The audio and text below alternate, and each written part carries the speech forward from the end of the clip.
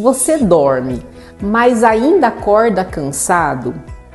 Acordar com dor na mandíbula, dor na cabeça, sensação de cansaço constante, mesmo após uma noite inteira de sono, pode ser mais do que apenas um estresse e uma má qualidade de sono. Estes sintomas são comuns em casos de bruxismo noturno, que é um distúrbio que ocorre de forma involuntária durante o sono e pode comprometer seriamente a sua qualidade de vida.